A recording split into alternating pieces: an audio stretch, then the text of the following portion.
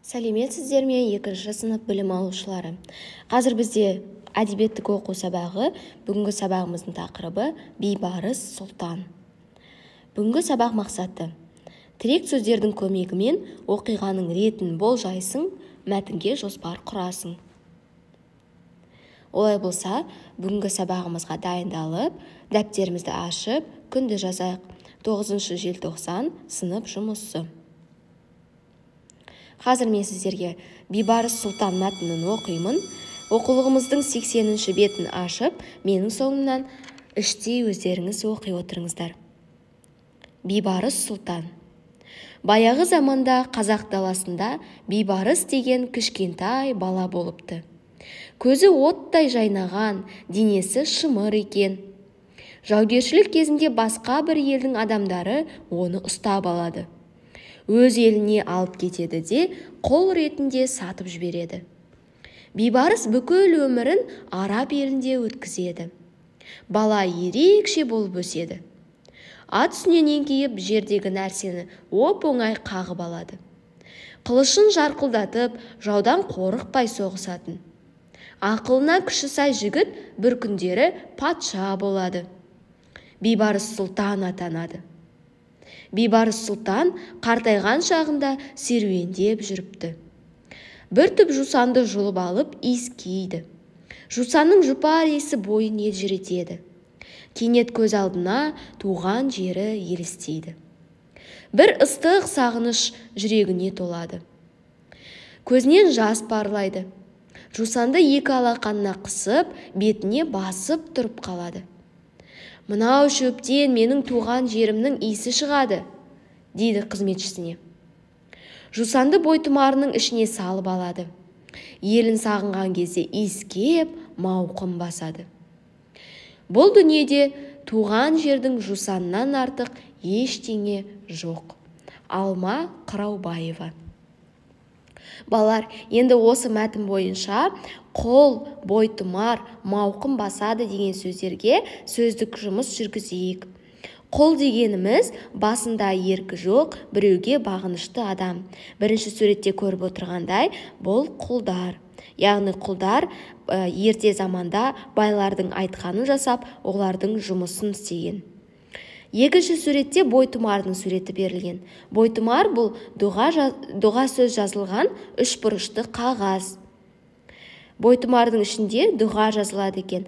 Ертеде біздің ата-әжелеріміз бәле жаладан, тіл көзден сақтасын деп, дұғаны жазып, үшбұрыш ретінде өздеріне бойтұмар жасап тағып жүрген екен. Мауқын басады деген сөз сағынышын басады. Яғни бір нәрсені сағынған кезде, жаңағы Бейбарыс Сұлтан сияқты жусанның иісін иіскеу арқылы Бейбарыс Сұлтан мауқын басты. Туған жеріне деген сағынышын басты. Ендеше осы сөздік жұмысты дәптерлеріңізге жазып алыңыздар. Құл дегеніміз не, бойтұмар және мауқын басады деген сөздер нені білдіреді екен? Дәптерлеріңізге түртіп алыңыздар. Олай болса, Бейбарыс Сұлтан жайында шағын мультфильмді тамашалауды өтінемін.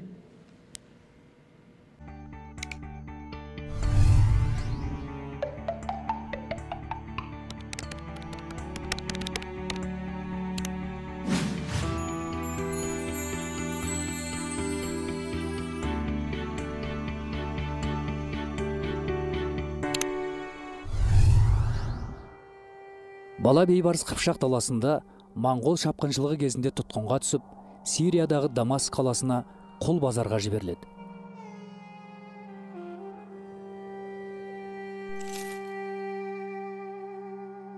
Екінші қожайын Айтекен әмір оған шәкірт ретінде қарап соғыс өнерін үйретеді.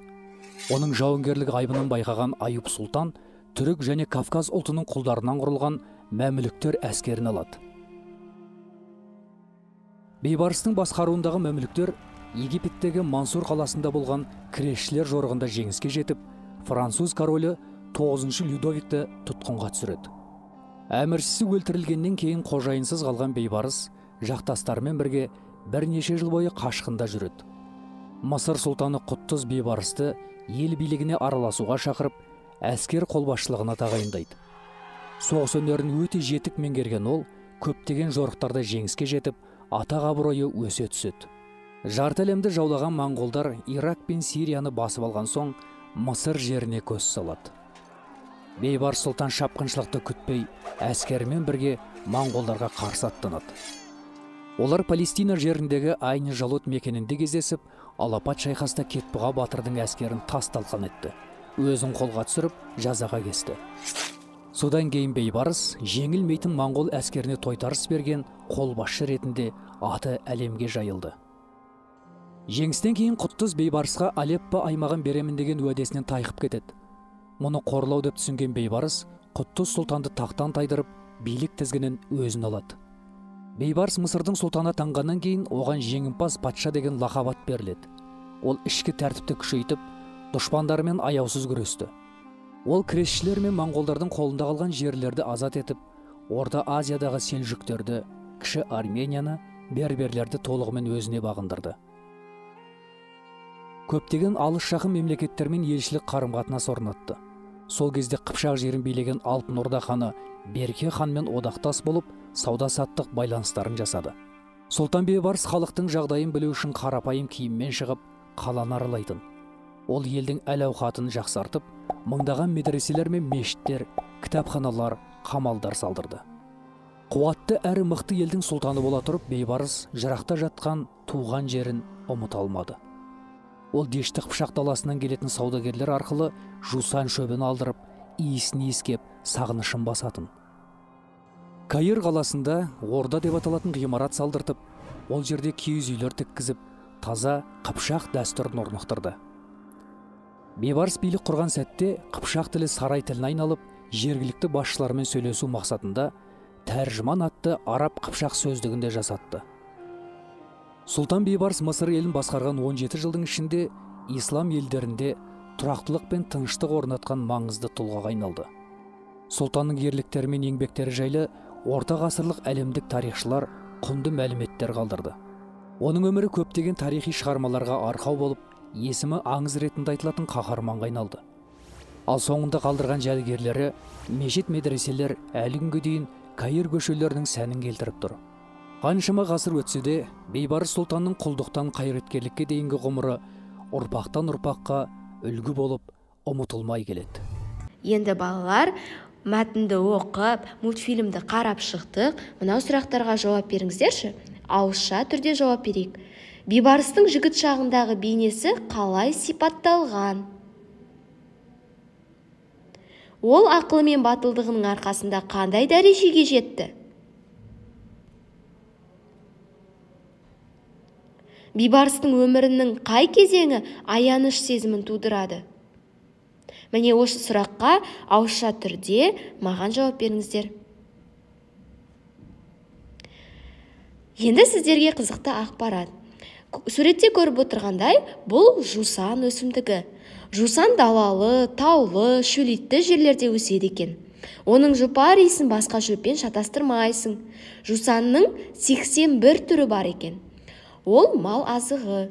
Жусаннан дәрі-дәрмек жасалады, эфир майы алынады. Көріп отырғандай, жусан өсімдігі өте хош иісті, жақсы өсімдік. Енді осы мәтін бойынша мәтіннің негізгі бөлігі, мәтіннің басы және соңғы бөлігіне 3 жоспар құрастырып, дәптерлеріңізге жазып, маған кері байланыс беріңіздер. Олай болса, бүгінгі сабағымызды қорытындылайық. Егер сіздер Бейбарыс сұлтан мәтінін түсінсеңіздер, алтын белгіні, егер сіздердің сұрақтарыңыз болса, күміс белгіні, ал сабақты мүлдем түсінбесеңіздер, қола белгіні таңдайсыздар. Үйге тапсырма. 80-ші бетте Бейбарыс сұлтан мәтінін оқып, яғни бұл мәтінде 3 бөлік бар. Сол 3 бөліктің біреуін таңдап, сурет салып келесіздер. Олай болса, жаңағы сыныпта орындаған тапсырмаларды жазып, дәптерлеріңізді маған жіберсеңіздер. Кері байланыстарыңызды күтемін. Сау болыңыздар.